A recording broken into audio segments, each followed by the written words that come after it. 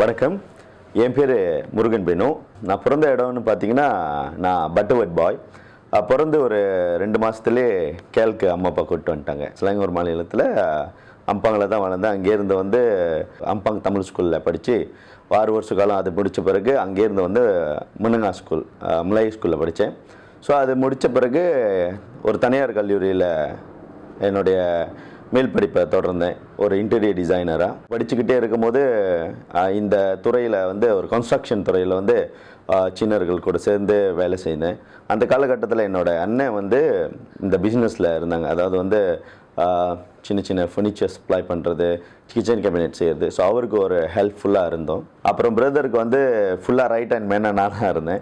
Brother வந்து ஒரு கான்ட்ராக்டராக மாறிய காலகட்டத்தில் நான் அவருக்கு, ஏன்னா நான் படித்த துறை வந்து இன்டீரியர் டிசைனிங்.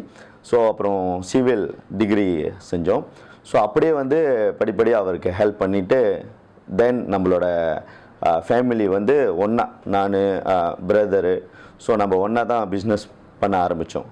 அப்படி தான் படிப்படியாக லைஃப்பில் வந்துட்டுருக்கோம். இன்றைக்கி வந்து பிரதர் அம்பாங் வந்து ஆஃபீஸ் இருக்குது. ஸோ என்னோடய ஆஃபீஸ் வந்து ஜலானிப்போவில் இருக்குது.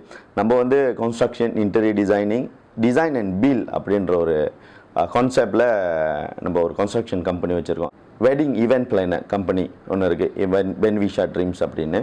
ஸோ அது வந்து நானும் என்னோடய நண்பரும் செய்கிறோம். ஈவெண்ட் பிளான் பண்ணுறது, கார்ப்பரேட் ஈவெண்ட், வெட்டிங்ஸ், பர்த்டேஸ் அந்த மாதிரிலாம். ஸோ என்னோடய மெயின் கான்சன்ட்ரேஷன் வந்து நான் வந்து கன்ஸ்ட்ரக்ஷனில் தான் ஸ்டில் டிசைன் பண்ணுறது. வீடு சம்மந்தம் 2 துறையும் பார்த்திங்கன்னா இந்த டிசைன் சம்மந்தப்பட்டு இருக்கிறதுனால எனக்கு கொஞ்சம் ஈஸியாக இருக்குது. லைஃப்பில் ஆரம்பிக்கும் போது ஒரு மோட்டர் பைக், க்ரீஸ் பைக்கில் ஆரம்பித்தேன். க்ரீஸ் பைக்லேருந்து அப்புறம் காலேஜ் முடிச்சுட்டு வேலைக்கு போனோம். வேலை தான் செய்யணும். காலேஜ் வந்து ஒரு 2 மணிக்கு முடிச்சுன்னா 2லேருந்து ராத்திரி 12 மணி வரைக்கும் நம்ம போயிட்டு வேலை செய்வோம். இடைக்காலகட்டத்தில் வந்து என்னால் வந்து என்னோடய ஃபைனல் செம் முடிக்க முடியல. ஏன்னா பேமெண்ட் கொஞ்சம் கட்ட வேண்டிய காலகட்டத்தில் நம்மளுக்கு அந்த டைமில் யாரும் சப்போர்ட் கிடையாது. அது எப்படி இந்த லோன் எடுக்கிறது அதெல்லாம் கூட நம்மளுக்கு அவ்வளோயும் எக்ஸ்போஷல் கிடையாது. ஏன்னா ஃபாதர் இறந்தானே, எல்லாம் ஃபாதர் தான் பார்த்துக்கிட்டு இருந்தாங்க.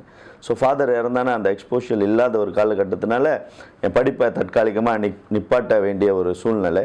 ஸோ அப்புறம் நானும் வேலை செஞ்சுக்கிட்டே அந்த படிப்பும் செய்து முடித்து டிப்ளமா செஞ்சிட்டோம். கண்டிப்பாக மாதரும் பிரதரும் வந்து ரொம்ப சப்போர்ட்டிவ். இவங்கள மாதிரி இவங்கெல்லாம் இல்லாட்டினா இன்றைக்கி நம்ம இல்லை அப்படின்ற இன்றைக்கி நான் இல்லை அப்படின்னு கூட நான் தைரியமாக சொல்லுவேன். காசு இல்லாத காலகட்டத்திலும் நீ எப்படி இருக்கணும், என்ன செய்யணும் அப்படின்ற அந்த சப்போர்ட்டிவான வார்த்தைகள், அவருக்கு இல்லைன்னா கூட தம்பிக்கு செஞ்சிடணும் அப்படின்ற ஒரு விஷயம்.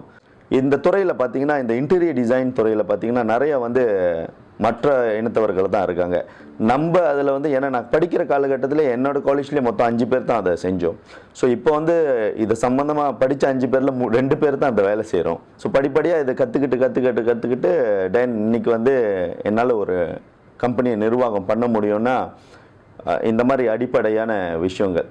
அப்பயே வந்து கஷ்டப்பட்டு அச்சீவ் பண்ணானே, நல்லதாக அச்சீவ் பண்ணோம் அப்படின்ட்டு நான் வாங்கின காடி வந்து எங்கள் அண்ணனோட இன்ஃப்ளூவனில் நான் வாங்கின காடி வந்து C200 மெர்சிடிஸ் வாங்கினேன். காலகட்டம் மாறும்போது என்னோடய 28 வயசில் வந்து நான் ஹோண்டா அக்கார்ட் மாற்றிட்டு மாதரை கூப்பிட்டு போய் காமிச்சேன். அந்த பிடிச்ச காடி, அவங்களுக்கு பிடிச்சதுக்காண்டி அந்த காடி வாங்கினேன்.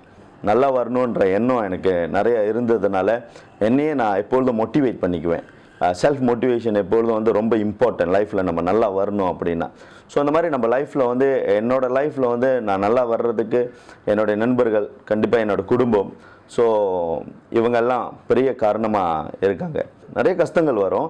அந்த கஷ்டங்களில் வந்து நம்ம என்ன செய்கிறோம் தவறு, அந்த பிரச்சனை வந்து நம்மனால ஏன் பிரச்சனை வருதுன்ற உணர்ந்து அந்த தப்பை நம்ம சரிப்படுத்திக்கிட்டோமா அடுத்து அந்த தவறு வராது, அந்த பிரச்சனைக்கு காரணமாகவும் இருக்காது. இப்போ என் துறையில் வந்து கன்ஸ்ட்ரக்ஷனில் வந்து நான் நல்லா வரணும்னா I need to think better then others.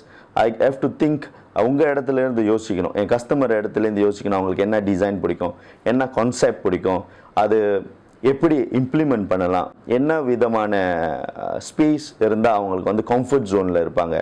So அவங்களோட தேவைகள் என்னன்னு தெரிஞ்சு அவங்களுக்கு ஏற்ற மாதிரி அவங்களுடைய அலுவலகமோ அவங்களோட வீடோ நம்ம கட்டி கொடுத்தோமா அது வந்து அவங்களுக்கு கம்ஃபர்ட்டாக ஃபீல் பண்ணிச்சுன்னா அடுத்தடுத்து நம்மளை தான் கூப்பிட்டு அந்த வேலையை செய்ய சொல்லுவாங்க. ஐ திங்க் இதெல்லாம் வந்து லைஃப்பில் முக்கியமான விஷயம். இந்த துறையில் வந்து நிறையா இந்தியர்கள் வந்தால் நல்லது. மாணவர்கள் படித்து முடிச்சுட்டு இந்த துறையில் அவங்க வரணும் அப்படின்னு நீங்கள் பார்த்தீங்கன்னா அவங்களுக்கு வந்து ஒரு ப்ராட் மைண்ட் இருக்கணும். நிறைய விஷயங்கள் காலகட்டத்துக்கு மாறிக்கிட்டே இருக்கும். ஸோ மாற அவங்க புதுசான விஷயங்கள் வந்து இம்ப்ளிமெண்ட் பண்ணிக்கிட்டே இருக்கணும். அந்த புதுசாக வர விஷயங்கள் வந்து அவங்களுக்கு கற்றுக்கிறதுக்கு இல்லை படிக்கிறதுக்கு டைம் ஒதுக்கணும். ஒரு வீடு கட்டுறதுன்றது வந்து ஒரு மிஷன். அது வந்து இத்தனை மாதத்துக்குள்ள ஒரு ப்ராஜெக்ட், அதை கம்ப்ளீட் பண்ணணும். ஒரு ஆசிரியர் வந்து பார்த்து இதை தவறு அப்படின்ட்டு நம்ம பண்ணுவாங்களோ அந்த மாதிரி சின்ன விஷயங்களை ஸ்பெசிஃபிக்காக பார்க்கணும். ஒரு வீடு கட்டுறது வந்து இல்லை ஒரு ஆஃபீஸ் செய்கிறது வந்து ஒரு ஆர்டாக பார்க்கணும். அது ஹார்ட் அப்படின்னு நான் ஏன் சொல்கிறேன்னா ஒரு கலையாக பார்க்கணும். அப்படி ஏன்னு சொல்கிறேன்னா நம்மளுக்கு தெரியணும் இந்த மாதிரி கலர் கொடுத்தா நல்லாயிருக்கும், இந்த மாதிரி ஒரு டிசைன் பண்ணால் நல்லாயிருக்கும், இங்கே இந்த ஜாமா வச்சா நல்லாயிருக்கும், இங்கே இந்த ஒரு கர்டன் போட்டால் நல்லாயிருக்கும் அப்படின்றத வந்து அதை நம்ம ஃபீல் பண்ணி செய்யணும். அண்ட் பேஷன் வேணும். எடுத்தானே வந்து இன்னைக்கு வேலைக்கு போனோன்னே நாளைக்கே வந்து பெருசாக வளர்ந்துட முடியாது. இல்லை ஒரு 5 வருஷம் நல்ல ஒரு இடத்துல இருந்து போயிட்டு ஒரு இடத்துல கற்றுக்கிட்டு தென் நீங்கள் உங்கள் பிஸ்னஸ் ஆரம்பிக்கும் போது நீங்கள் நல்லா வளரலாம். ஏன்னா நீங்கள் கற்றுக்கணும் ஸ்ட்ராட்டஜிக் என்ன, மார்க்கெட் ரிக்வயர்மெண்ட் என்ன, டிசைன். ஏன்னா நீங்கள் படித்ததுக்கும் வேலை செய்கிறதுக்கும் கண்டிப்பாக வித்தியாசமான ஒரு என்வாயர்மெண்ட் இருக்கும். ஆனால் உங்களுக்கு லேர்னிங், அதாவது கற்றுக்கிற மனப்பான்மை இருக்கணும். பொறுமை இருந்தால் கண்டிப்பாக ரொம்ப நல்லா வரலாம், ரொம்ப பெருசாக வளரலாம் அப்படின்றது வந்து என்னுடைய நம்பிக்கை. நாளை நமது சேனலை எல்லோரும் லைக் பண்ணுங்கள், ஷேர் பண்ணுங்கள், சப்ஸ்கிரைப் பண்ணுங்கள்.